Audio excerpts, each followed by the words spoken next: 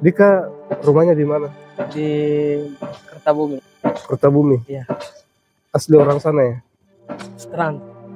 Oh, Teran ya? Dari asalnya dari mana? NTT. Nusa Tenggara Timur ya? Iya. Flores. Di kabupatennya kabupaten apa? ND ya? Iya. Oh, ND. Dika lahirnya di Kertabumi atau di Flores? Di Kertabumi. Kertabumi ya. Terus bapak ibu? Mama lahir di sini. Kalau bapak lahir di ND. Oh gitu. Iya. Tapi nikahnya di sini ya? Iya. Berarti bapak dengan ibu orang Flores juga? Iya. Terus bapak ibu sekarang tinggalnya di mana? Di daerah Patangis. Oh, Patangis. Iya. Kerja di sana ya? Iya. Oh. Tapi di Kertabumi itu banyak keluarganya ya, kayak di sana ya? Banyak. Rata-rata orang Flores gitu ya? Iya. Tapi ternyata orang NTT di sana tuh tidak semuanya juga beragama Islam ya? Iya. Ada juga yang non Muslim. Yang non Muslim itu daerahnya dari mana? Itu dari Maumere. Maumere ya? Maumere baru Kupang. Berarti yang orang NTT itu yang banyak Muslimnya yang dari Flores itu ya? Iya. Terus jika masuk ke pondok pesantren Hidayatullah kapan? Masuknya? Iya, masuk di Hidayatullah. Pas tahun kemarin ya? Iya, tahun kemarin ya? Berarti masuk kelas ke SMP. Terus yang nyuruh masuk pondok siapa? Kemauan Dika sendiri atau kemauan orang tua? Kemauan sendiri. Kemauan sendiri gitu ya? Iya. Kalau kemauan sendiri berarti Dika sudah lama kenal dengan pondok pesantren Hidayatullah. Jadi kenal pondok pesantren Hidayatullah lewat siapa? Sama paman. Ada paman. Oh, ada paman yang pernah tinggal di Hidayatullah. Iya, Pak Supardi. Oh, Ustaz Supardin. Itu pamannya ya? Iya. Yang saudara yang Ustaz Supardin, ibunya Dika atau bapaknya Dika? Bapak. Bapak ya? Iya. Oh, jadi Ustaz Supardin yang suruh ke sini. Iya. Tapi waktu Dika disuruh masuk pondok, Dika mau atau tidak waktu itu? Masih mikir-mikir. Sempat mikir gitu ya? Pas ingat bilangnya pondoknya bagus. Selain Ustaz Supardin, sudah ada orang ND atau orang Kertabumi yang masuk duluan di Hidayatullah? Belum tahu juga itu. Kayak si kan sudah lama si Arif gitu ya. Terus Amir, Imron, itu kan dulu masuk ya? Iya. Itu pernah enggak Dika dapat informasi tentang pondok pesantren Hidayatullah dari mereka itu yang dulu masuk Hidayatullah? Pernah. Iya. Apa katanya dia? Bilangnya itu pondok itu bagus ya? Iya. Sholatnya nggak pernah lepas. Nggak pernah lepas ya? Dika terus sholatnya gitu ya? Itu yang bikin tertarik Dika masuk di pondok pesantren Hidayatullah gitu ya?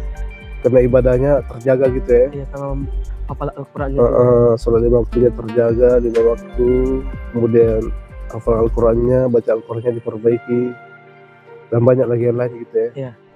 Dan itu yang menarik ya menurut Dika ya di pondok pesantren Hidayatullah ya? Iya.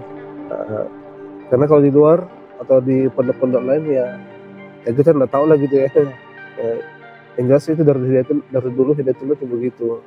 Sholat jamaah itu harus dijaga, baca Al-Quran alumni semua Hidayatullah atau orang Hidayatullah itu harus bagus ya, harus bisa jadi imam, bisa ceramah, kemudian bisa khutbah.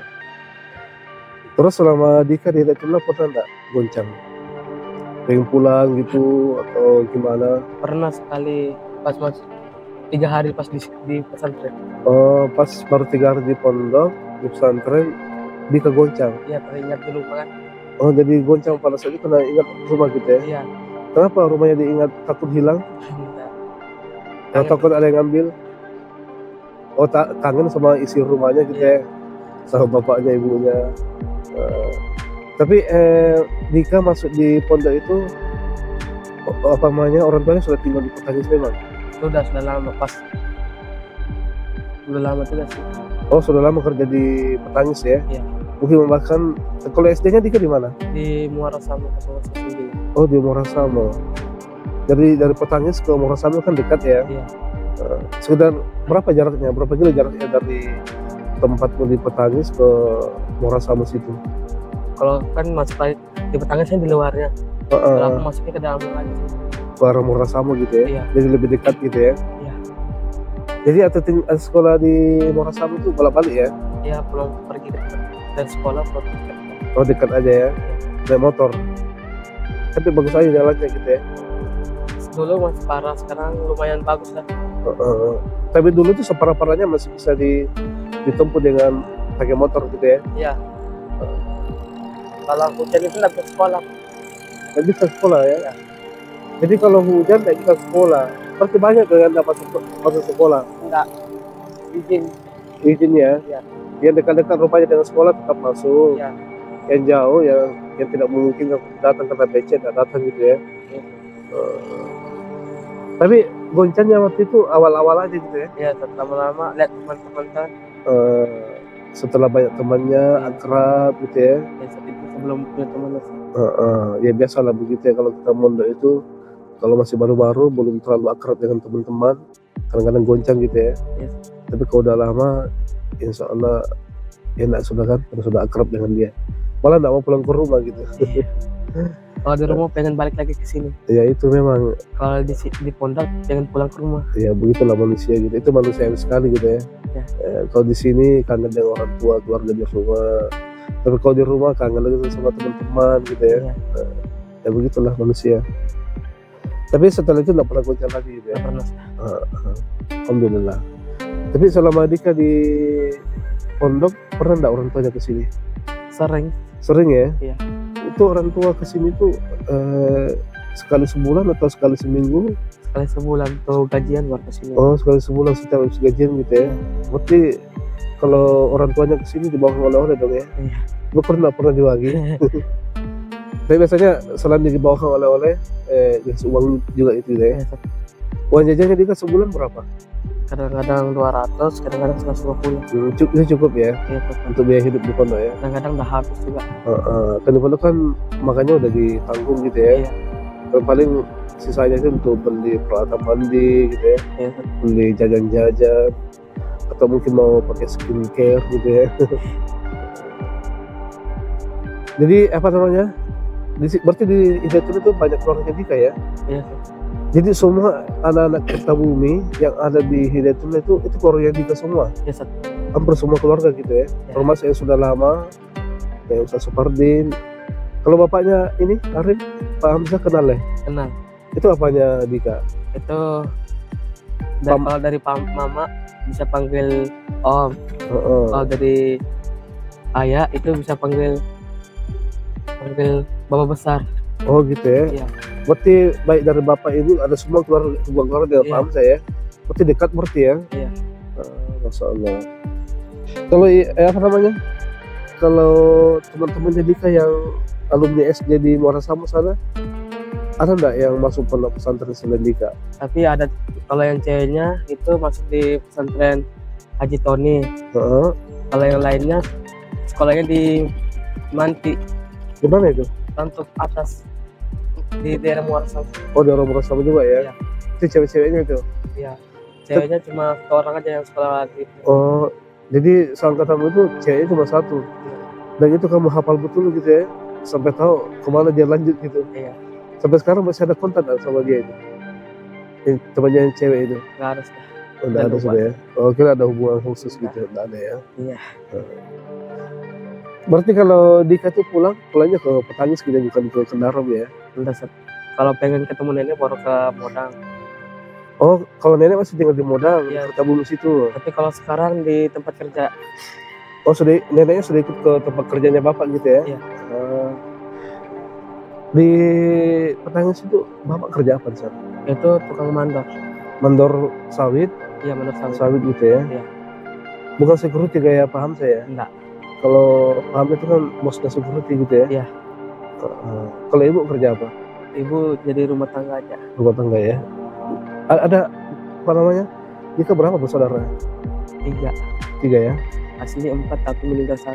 Oh, yang anak berapa yang meninggal? Anak ke 1. Yang pertama ya? Iya.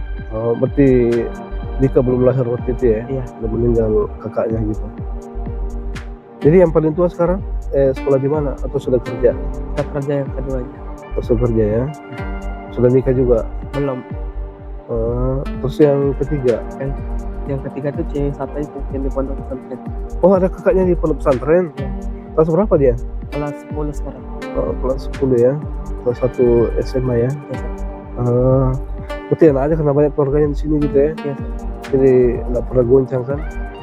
Karena siapapun yang datang orang tuanya itu kan keluarga juga kan? Iya, Sat.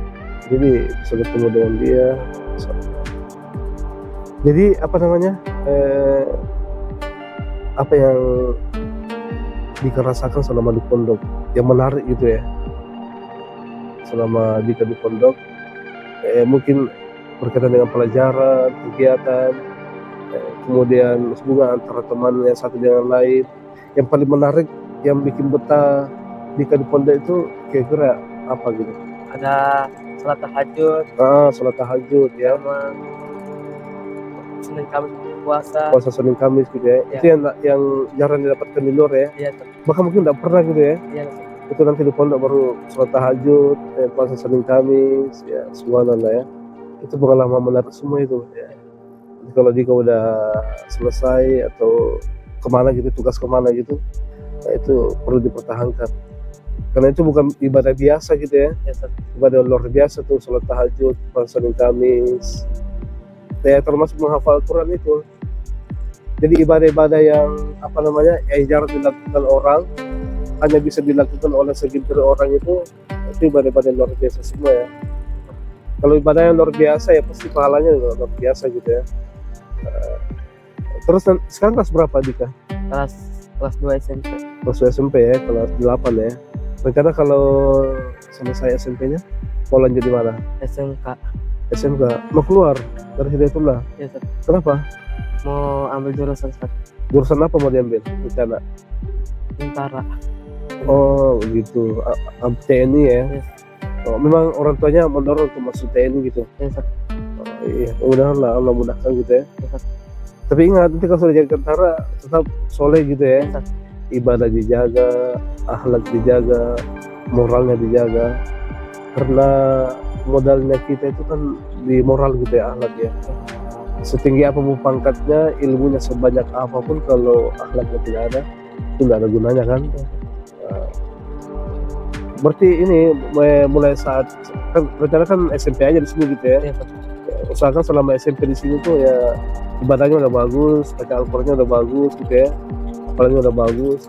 Ya seperti nanti kalau jadi tentara kan bisa jadi imam kan, berdakwah di lingkup ABRI kan, TNI.